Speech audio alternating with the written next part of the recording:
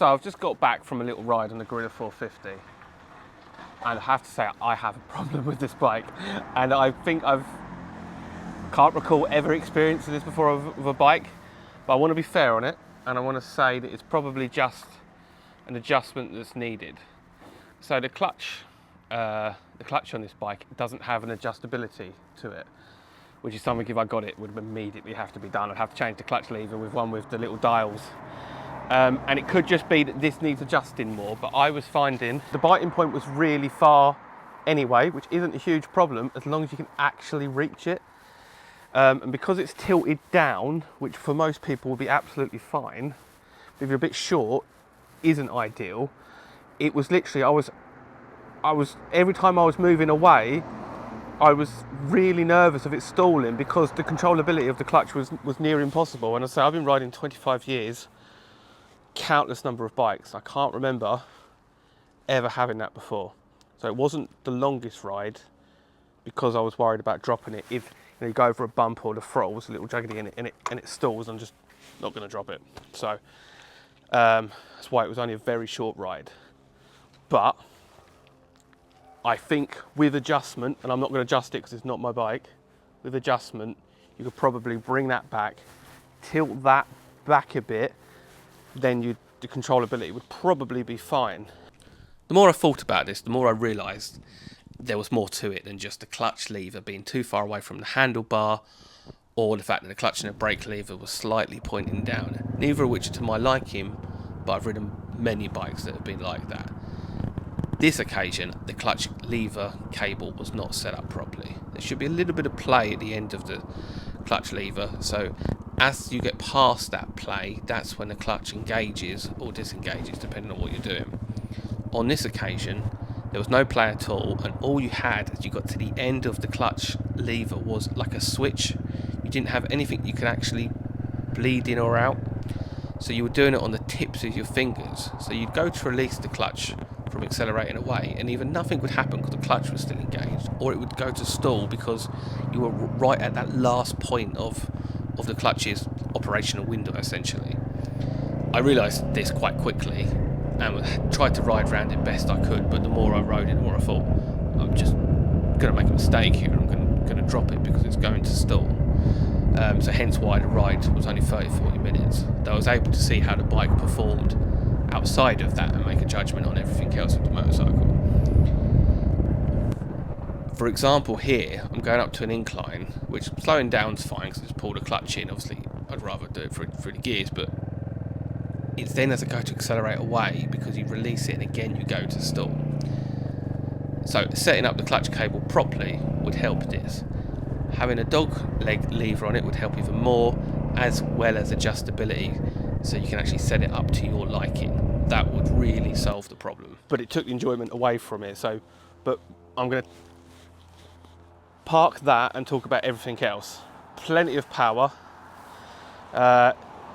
It pulls through the 6 gears fine. You have to be a bit careful you don't find yourself in a too high gear than you need to be, just because the low down torque feels like it's actually fine, and all of a sudden you might get on a bit of a hill and it labours for a moment.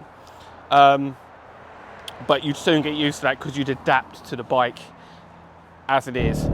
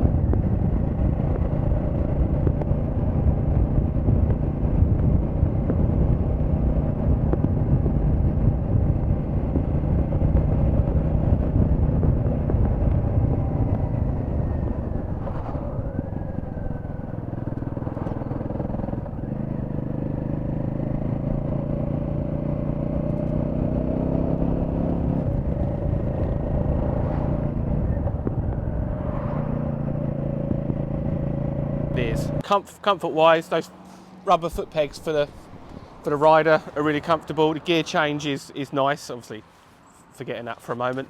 The handlebar grip's fine, mirrors are fine. It's not, I've read online about vibration.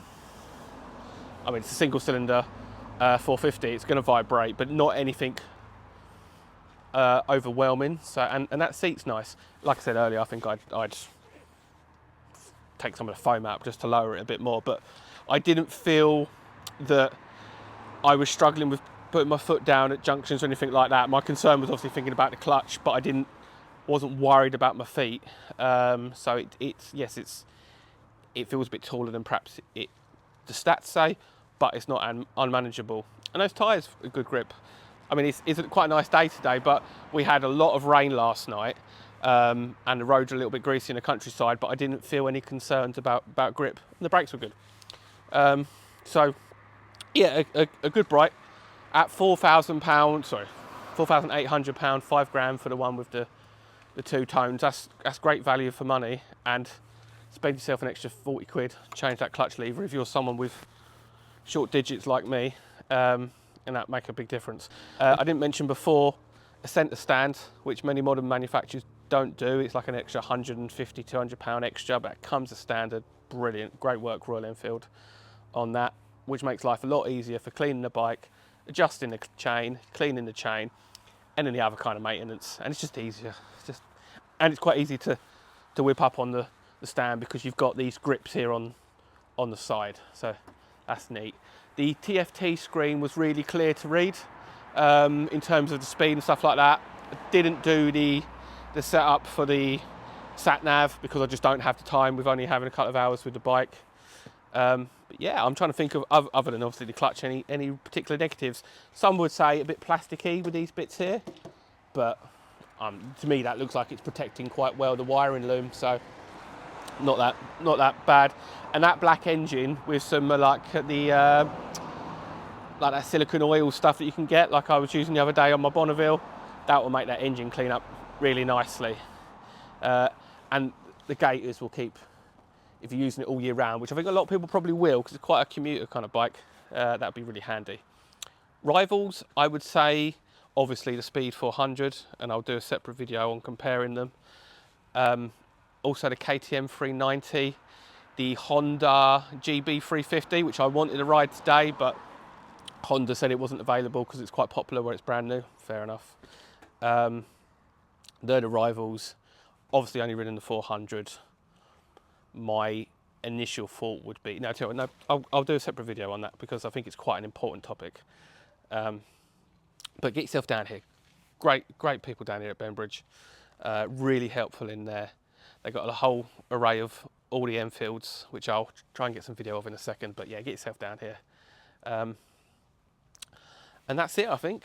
So, let down by the clutch on this one, but I suspect it just needs adjusting.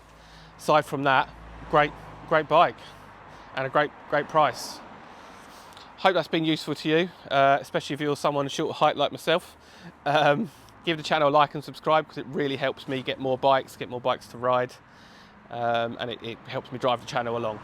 Thanks for watching. I'll see you on the next one. Cheers.